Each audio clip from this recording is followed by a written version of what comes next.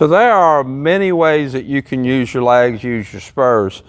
And that's what I'm going to talk about today. A lot of those ways that how you can apply that pressure and some general rules about applying that pressure. Whenever you apply contact with either your hands or your legs, the amount of pressure of that contact should never be consistent. You should apply the contact, pressure should build, and then you release when you get the desired result. As you're applying and building that pressure, it should take about 4 to 5 seconds for that contact to go from 0 to 100%. Most people I see apply the contact way too hard, way too quick. You still want to apply the contact and then build the pressure. If you are consistent about doing it that way, that gives the horse a chance to understand what you're asking for and then react to it, and they can comprehend better what you're asking for instead of it just being a hard, quick kick or bump or whatever, and the reaction being more of a stiff reflex. The whole idea is to use soft contact as a communication with your horse, as soft as you can get by with to get the result you're asking for, but as firm as necessary to get the result you're asking for. So if you always start hard and quick, you'll always have to start hard and quick. But if you slow your contact down, slow the build of your pressure down, give your horse a chance to think about what you're asking for, he'll get better and better and start responding much quicker to that movement. So I'm gonna walk him around a little bit. We're gonna talk a little bit about different ways that I can apply contact to accomplish different things. So your horse is always going to move away from the pressure, away from the contact. Whatever body part I'm pushing on should move away from the contact. So I am walking a left circle here, and if I apply left leg, I'm not asking him to turn into the contact. I'm asking him to bend more and push his middle out. And this is the cue that I normally start with. And I'll start with, Western, we turn our toes out to cue. If you're English, I know that's different. I'm gonna turn my toe out, and I'm gonna touch. He feels the touch. And then I'm gonna build that push until I get the response that I want. And just that speed. You saw I touched, that engaged his brain. He started to walk forward, and I took a hold of his face and said, no, that's not what I'm waiting. That's not what I'm asking for. Think about it a minute. And he walked to the right, leg heeled over, and we walked forward, and I released the pressure. Let's do that again. So all I'm doing here is applying the pressure. Whoop, wait. He's trying to do something before the leg even gets to him. And release. I want this foot to step over there. So now you can time your contact if you're walking. At that time I was standing still, but let's say I'm walking and I want to do the same thing. I want to time the contact with this leg when this leg is starting to come up off the ground. He's in a better position to do what I ask, so I'm going to get a better response. He can't move this leg over if he's standing on it. So this is where you really need to work on knowing when each foot is moving, because that's going to play a huge part in your horse's training. Now I'll put a little bit of contact with this leg because he was trying to go that way. That's going to play a big part in how your horse's training progresses. So now as we're walking, I'll push, push, push, and go back forward again. See, I pushed with every stride. I never applied contact and held the contact. That's really important. Communicate when the horse does it, release. And you saw I did that 3 times. Push, push, push, to ask him to move over, move over, move over. I did not hold that one contact for 3 steps. That's real important to understand. I asked 3 times for 3 steps. Didn't hold it the whole time. Let's do that again. Push, push, push. Now, Watch my foot really close. I'm not just pushing straight in, I'm pushing and lifting. I want this shoulder to follow my leg. The shoulder is going to go where my leg goes. So as I push and I'm building, I'm not just pushing straight in. Push, push, push. I'm pushing and I'm lifting. Lifting the middle up, pushing it that way. That's real important to note because I don't just want him to move that way. I want him to lift his shoulder, lift his back, round up off of my legs. We're going to build all this into collection, and I want him, when I squeeze with my legs, him to break at the pole and bring his chin in. I've got more advanced videos that you can see that.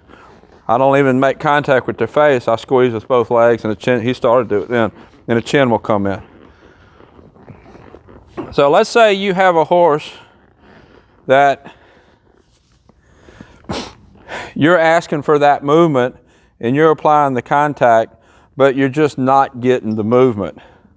That's where you're going to use more of a roll instead of a lift. I will turn my toe out, make contact, and roll my spur up the side. I did that with this horse when he first didn't want to get off my legs. What that does, that takes and gives that sensation of almost like tickling him.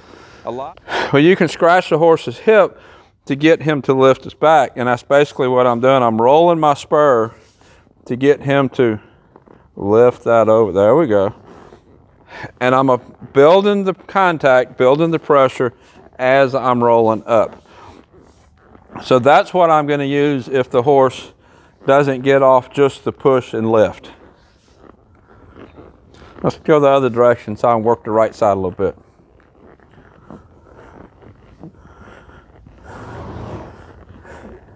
Now when the horse gets further along, basically all you have to do is do a squeeze and the horse will respond to what you want.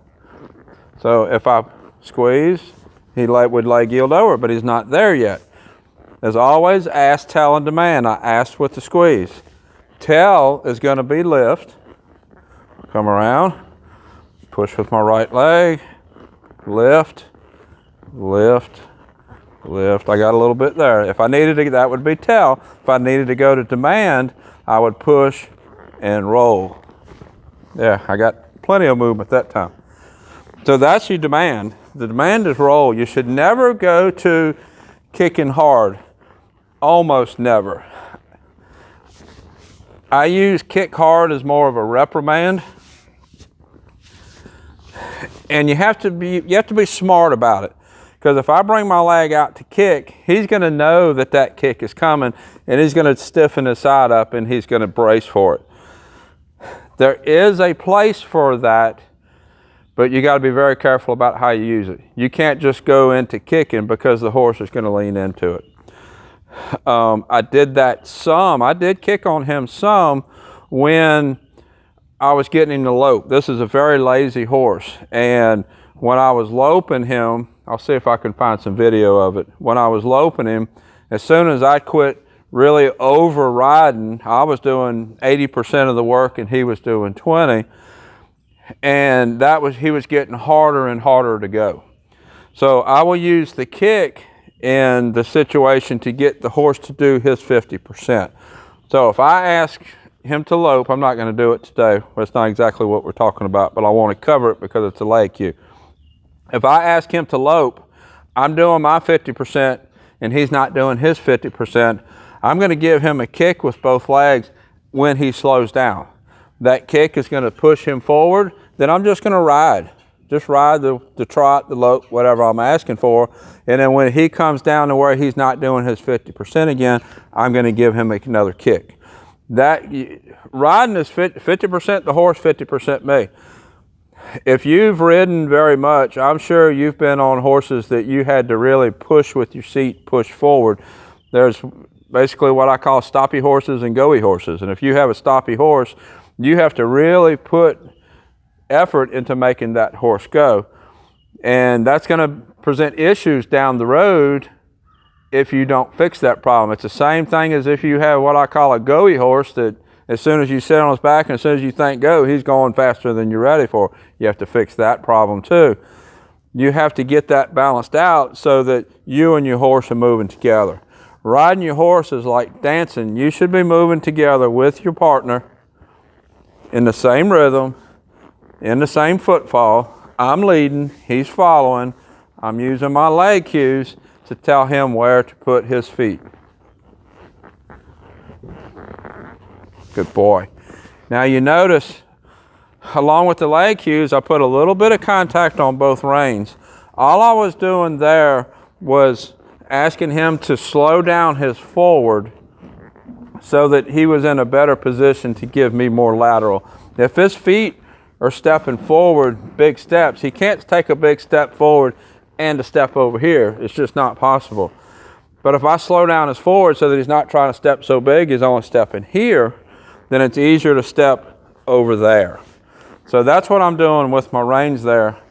I'm just asking him to shorten his stride and step more over. Good boy. And again, I built my pressure and I applied the pressure until he did the response that I wanted him to do, and then I released the pressure. Again, 0 to 100% should take about 4 or 5 seconds. That's going to vary depending on the horse. Some I'll build a little bit quicker, some I'm going to build a little bit slower, depending on the horse. Now the leg cue, I can put a leg cue here to move his front. I can put a leg cue here to lift his middle. I can put a leg cue here to move his hip over. There you go, good boy. He's pretty green on all of those cues. That's why I grabbed him out to demonstrate on. All of those leg cues are going to build ass-tail demand, push, push lift, push roll, depending on what stage that horse is in. There's always a method to it. And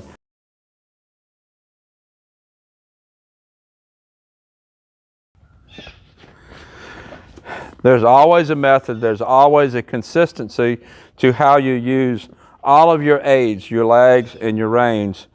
And as long as you're consistent, the horse will understand your communication. If you're not consistent, the horse isn't going to understand. If I speak, not that I could speak a foreign language, but if I do part of this video in English and part of it in French, part of it in Spanish and part of it in Portuguese, there might be somebody out there that could follow the whole video, but most people are not. I know I can't. And it'd be like that if you're not consistent with your horse. It's like you're talking different languages. So be consistent with your leg cues, be consistent with your rein cues. If you have any questions, put them in the comments below and I'll be happy to answer them.